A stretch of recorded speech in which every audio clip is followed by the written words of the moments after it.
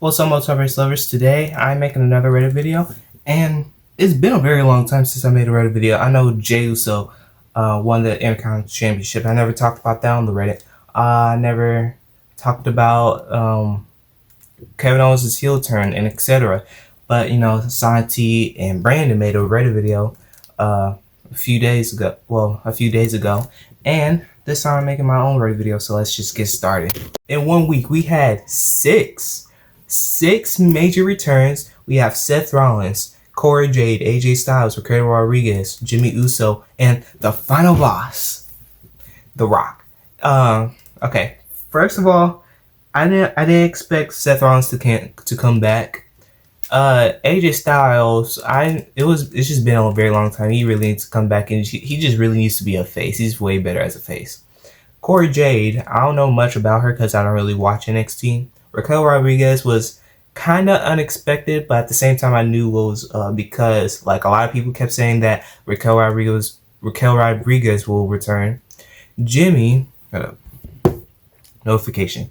Jimmy was like expected because it's all because the whole Bloodline saga, and then The Rock. So I heard he was in Georgia, but I thought it was like a little tease. So yeah. Exactly 1 year ago today, DIY reunited in WWE. What is your take on how their run has been going so far? Let me tell you something about DIY. They're right now they're like the best tag teams right now. Like obviously we have the Street Profits. We have the New Day. Well, kinda. We also have the Creed brothers. Who else? But yeah, there's a lot of tag teams that has been so good, but at the same time, they're not being pushed as tag team champions, or we don't have really and it's also time for them to split up, just like the New Day and the Street Profits. But these two has been kind of. It's kind of like the face of the WWE tag team division right now.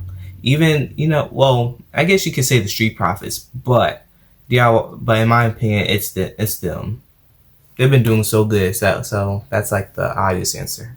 WWE just had Kevin Owens turn heel on Cody off screen. That's wild. Yeah, that's really cool how they doing stuff off of WWE television, and Kevin Owens turning heel. I really need to watch SmackDown because SmackDown is tomorrow, right? Yeah, tomorrow. And in a few days, my fall break is going to be over, and which is really crazy.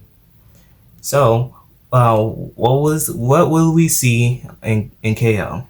The Rock is the final boss for Cody Rhodes and Roman Reigns. It's going to be insane when he reveals him as the mastermind of Bloodline 2.0. Oh yeah, let me talk about this one as well. What is what does that mean? And I'm predicting that means I am the first tribal chief. Solo as the second tribal chief. I'm the third tribal chief. Or this can mean what else did I say? Tribal chief oh yeah, this is also what I'm thinking it means. I'm thinking it means you have one pay-per-view left, you have 2 pay-per-views, and you have 3 pay-per-views, and I'm champion. And then Cody Rhodes, that's where he dethrones Cody Rhodes. Probably at I'm mostly gonna have to say Royal Rumble, but I wanna say that it's going to be at Survivor Series because that's where The Rock actually debuted, at Survivor Series. But it's more like he said he gives me 1, 2, 3. Or a triple threat match at WrestleMania, which I really don't want. I just want Rock versus Roman because they already got the story set up and everything. What is the better faction? We have the LWO or the New Bloodline? Okay, let's see. I am most likely going to have to say the new. I don't know. I have to say the LWO. Only because of my favorite wrestler of all time, Rey Mysterio. But the Bloodline is just doing better. So basically, it's both. WWE's decision to revamp the Intercontinental title design was a fantastic move. Yeah, it looks really good with more color. It's like on the old Intercontinental Championship where it had a lot of blue, but at the same time it had gold, white, and just other colors. Oh yeah, and I don't know if we're gonna come across this, but what is it? The Crown Jewel Championship. Like, what is up with that? Like, no, really nobody really. I feel like I get the point. Like, you just want two of the top champions to face each other, but you could have put so many matches, like, or so many. You could put in different titles, but you put in that. We need a mid-card title for the women's. Or you could have put or you could just put it. You really could just put in something like for a mid-card women's division, because we really need that. There's so many women's wrestlers right now that are doing good, and they're not getting the top spot on for the main event picture. So what I'm trying to say is that there's so many women's wrestlers right now. I feel like they deserve a title. Gunther versus Goldberg is definitely happening. Goldberg got to win. You know how I am with Gunther, but however, I think Gunther might win because Goldberg is old. But still, Goldberg got to win. I don't care. But if he does come back for one match, I feel like it's going to be entertaining a little bit, and especially it's in Saudi. Which pay-per-view was the worst out of these three? Let's see, we got King and Queen of the Ring, Bash in Berlin, and Bad Blood. Okay, I feel like the obvious answer is this one. And it's not much of a reason why, but like I really like the card, but at the same time I just didn't like the winner for King of the Ring, or Queen of the Ring also Queen of the Ring. It was more goofy. We had Joe Hendry and I think it's Tangelo or R-Truth. Yeah, R-Truth. It depends, like, who are we talking about? Are we talking about, wrestling comedy, or are we talking about, who has their, like, funny character, or basically comedy like R-Truth and just has a lot of charisma and all that. So who's more goofy? I might have to say R-Truth. So it's only because of he's been doing this for a very long time, and he's been funny ever since R-Truth, Awesome Truth has came back. Oh yeah, and by the way, the Miz turning heel is like, what the heck? They don't miss, bro. Hold up. This is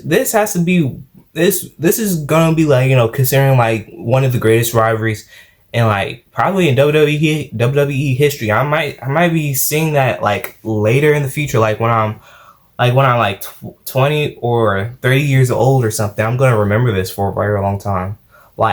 They had 3 matches. Gunther won, Sammy won, and then Gunther won. And I'm thinking if they do a 4th or a 5th one, this is going to be considered to be one of the greatest rivalries.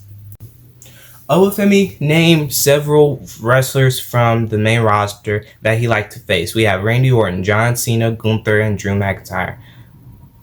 Okay, so let me tell you about Randy Orton and Obafemi. That will be a good match because of how good and smooth how smooth Randy Orton is. John Cena and Drew McIntyre is all about strength and agility, and then Gunther, it's about dominance. Well, dominance. They're both dominant in the ring. I feel like I can actually see this rivalry happening when Obafemi gets called up and Gunther's still going to be, the star on the main roster.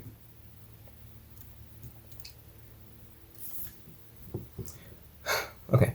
WWE should consider doing one of these singles matches for WrestleMania 41. A triple threat match with Cody, Rock, and Roman doesn't really excite me. Yeah, that's the thing. Nobody wants I don't feel like a triple threat match should happen because Cody Rhodes is always going to be in the mix. And here's what I get. Like, you want Cody Rhodes to be the star outside of Roman Reigns and The Rock because they're old and, well, Rock is old and Roman Reigns already had did his stuff. Wait, what's the other picture?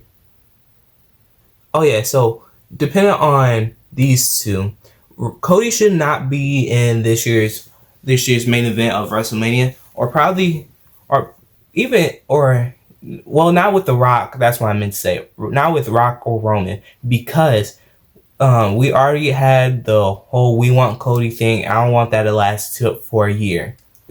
And let's talk about this match. We've been wanting this match for a very long time, right? We already have the story set up.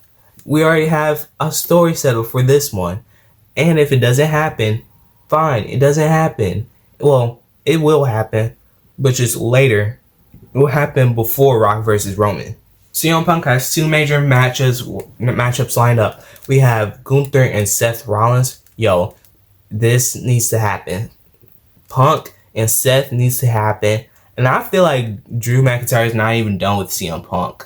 Like, I know he's injured, and I know I think he hurt his back, but I know Drew McIntyre. He's not gonna stop till he's done. It's kind of reminds me of Sheamus and Gunther a little bit.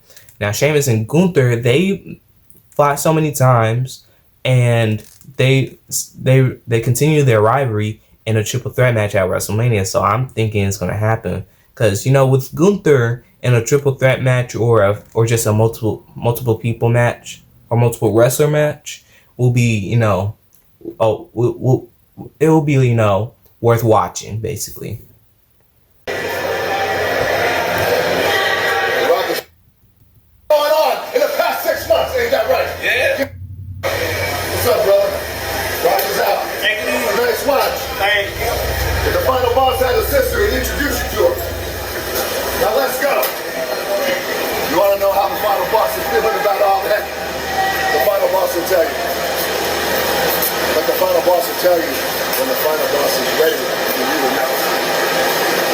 So here's the thing. What just happened out there, Bad Blood? Man, that was heat. Man, that was fire. Man, that was hell. But what's happening right here? This is heaven. Because it's heaven every time the final boss, his music hits. Oh, look at this one right in front of the final boss. Get a shot of him. My guy, right there. Beer and tequila on the Rock. Let's do it. You're the Rock's boy. And there's the Rock's hero. One of the Rock's heroes right there. Hard times. I love you. I hate your son. And look at you. Go eat some Fruity Pebbles. Not my goat.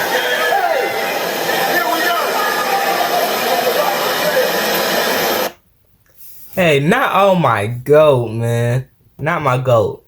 CM Punk will eventually be in charge of NXT, and it's going to be amazing. I can't wait for that day. It's gonna be. I think it's gonna happen, cause right now I feel like CM Punk is never gonna leave WWE, especially as he's coming back, and he also knows how big the WWE is right now.